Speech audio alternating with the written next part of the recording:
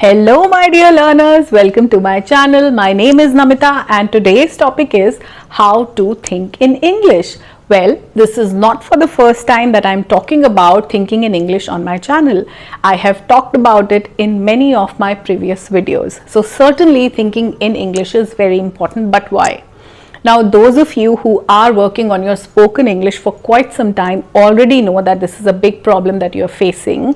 Whenever you have to speak, you think of the idea or the sentence in your head in your native language or your mother tongue first, and then you try to translate it or convert it into English, and the translation time makes you scared. You develop this fear of speaking and it keeps you away from becoming fluent.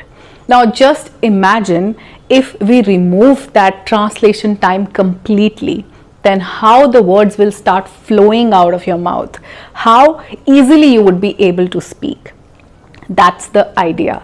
This is what we are going to do. So initially we are going to work on reducing the translation time, and slowly we will just remove it completely. So the language that we are speaking in and the language that we are thinking in is the same, and that is what is going to make us more confident while speaking in English. Now I'm going to share some techniques in this video, but I have made one video a year ago or so in which I have shared some different techniques. So I'm going to link that video over here. You can go watch it. Now the idea is that you should start thinking in English. Now the techniques might vary from person to person. So those of you who can resonate better with those techniques can go ahead and follow it. And those of you who can relate better to the techniques that I'm going to share now can follow this. But we have to become fluent, and that's the whole point of making this video.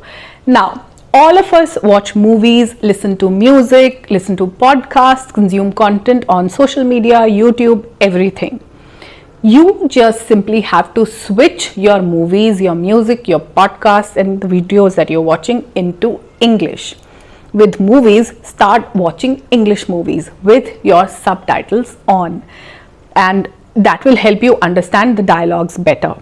With music, you can listen to English music at the same time, download the lyrics of the song from Google, and then keep reading along with that song. So what will it do? It will keep a lot of dialogues, a lot of lines, a lot of vocabulary always in your head. The problem that you face, those of you who are not being able to speak, is that you don't have that environment. You complain that there is no one in our home who can speak well in English. We want that environment where English is spoken so that we also can speak. Now it is your responsibility to create that environment. You have to surround yourself with English. For doing that, you have to watch English movies, listen to English music, listen to English podcasts, and even the videos that you watch on your YouTube should be in English. I would suggest that even the videos that you're watching for learning English, please prefer watching videos of those trainers who are helping you speak in English with English language. There are so many people who teach you English in Hindi or in any other, in your mother tongue. Don't watch those videos for now. Watch videos where English is spoken, so that you have a lot of words, lot of sentences, vocabulary always there in your head. You have to create that environment. You can make friends who are already good in English. You can start talking to them, because friends don't judge, and if they are judging you, then they are not your friends. Always keep that in your mind. So join groups where people are learning English together. You can even join any institute. Of course that is going to cost you money, but I would still say that stick to yourself. The self-learning is better learning. Nothing like self-learning. Okay. Now, if you don't have friends, you don't want to go out and join an institute, then there is another thing that you can do. You can talk to yourself in English. Yes, it is a very good thing. In fact, that's the best way of improving your English in certain way. I grew up watching Sanjeev Kapoor videos, the Khana Khazana and all of that. So I developed this habit of speaking when I'm cooking. I really like the whole process of explaining the recipe. So I'm adding onions to it. Now I'm adding tomatoes to it, but I speak in English. Even if the videos I watched were in Hindi, but I like to do that. I'm adding some oil. Now I'm going to give it a quick mix. Now I'm going to keep it covered for some time. Now I'll remove the lid. Are you understanding what I'm saying? Everyday things that you are doing. That was cooking is my thing. You can have your own thing. The moment you get up, you can instruct yourself about how you are going to go ahead with the day. I'm going to take a shower and then I'll get ready, then I'll drive to work, or then I have to go to college, I'll attend my classes, I'll come back, have my lunch by 2, then I have a tuition to attend, something like this. So if you start talking to yourself, instructing yourself during the entire day, whatever you are doing during the day, if you start telling about the things to yourself, this will work wonders for you. You can trust me on that. This is going to work wonders for you. End of the day, you can just narrate your whole day to yourself, that what you did entire day, how are you feeling now, what were the good events that happened, a way of gratitude also. You can just thank every event, and you can even narrate your life story. Sometimes there are situations where we cannot talk to anyone, the painful things that are happening, or even the nice things, the feelings that we are going through, the emotions that are there presently. You can talk about everything to yourself in English. So this is something which single-handedly can help you become fluent in English. Okay, so the English learners, all of them use dictionary. We all do that. Even I do that, because it is not possible for anyone to learn 100% vocabulary. There are new words which we come across and we have to look for their meanings. Those of you who are using bilingual dictionary, now these days no one uses physical dictionary. Dictionary is also in our phones, we Google it. Don't use bilingual method. Always go for English to English translation. Even when you are Googling a word, you will notice that when you go for English to English, the word which you are finding difficult, which is hard, is explained in a very simple language in English. So you will get to learn entire sentence, and the meaning would also stay in your mind in English only. So avoid using a bilingual dictionary, because many of you are using English to Hindi. When you look for a meaning, you want it in Hindi. No, look for in English to English. With bilingual, I mean using two languages. Bilingual, bi means two, from English to Hindi or English to your mother tongue, whichever is your language. Go for an English to English dictionary whenever you are looking for meaning of a word. Now, why do we Google, or why do we look for words in dictionary? Because we want to learn new words. All of us want to work on our vocabulary. So some of us even learn new words. There are apps which will share a few words. People share word of the day, and we eagerly listen to that and learn that. So most of you are working very hard to learn vocabulary. Now I would say, instead of sticking to vocabulary, try to learn phrases. Don't just go for vocabulary grasping, because if you just learn a word, you would never know how to use it. With phrases, the sentences stay with you for a long time. You can relate to whatever was happening. So I'll give you an example. If you are talking on phone and you have learned some single word, suppose you have learned hold, you will never know how to learn hold. If you learn a phrase, can I put you on hold for a moment? So this will stay with you. Repeat it 4-5 times. Can I put you on hold for a moment? So whenever next time you're talking to someone on phone, this whole phrase will flash in front of your eyes, in your mind actually. So then you would be able to use the entire phrase. Another phrase can be, did you have a good weekend or holiday? Instead of learning vacation, if you've learned a word vacation and you're never able to use it because you will not know how to put it, learn this phrase, how was your weekend or your holiday? It will stay with you, and repeat it 3-4 times. In the same manner, I'm afraid my English is not very fluent. Now you can learn a simple word scared but never know how to use it. You can use I'm scared or I'm afraid that my English is not very fluent.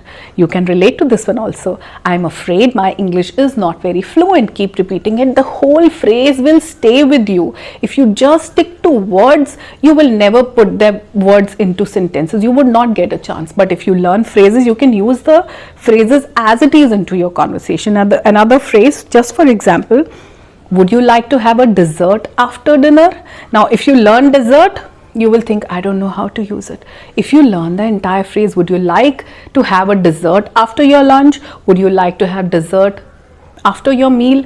You can replace the few objects and subjects here and there, but you will be able to use the entire phrase. So never just learn words, learn phrases instead. It will help your language be more smooth and more fluent. Now, talking about all these things, you have now a good amount of vocabulary, right? And I think the people who learn English, who work on their spoken English, work more on grammar and vocabulary. You have a whole treasure of vocabulary. When are you going to use it? You're thinking about using it the day you become fluent. Don't wait for the right time. If you have to speak, if you have to use your vocabulary, your phrases, use it now. Now is the time. Use the simpler ones. Don't go ahead with the harder vocabulary. Use the simple vocabulary that you have accumulated by watching movies, listening to songs, watching videos. Use them now. Don't wait for becoming fluent. We have to take baby steps. So we start from somewhere. If you are starting from here, you are definitely going to reach there. Sky is the limit. But you have to start from somewhere.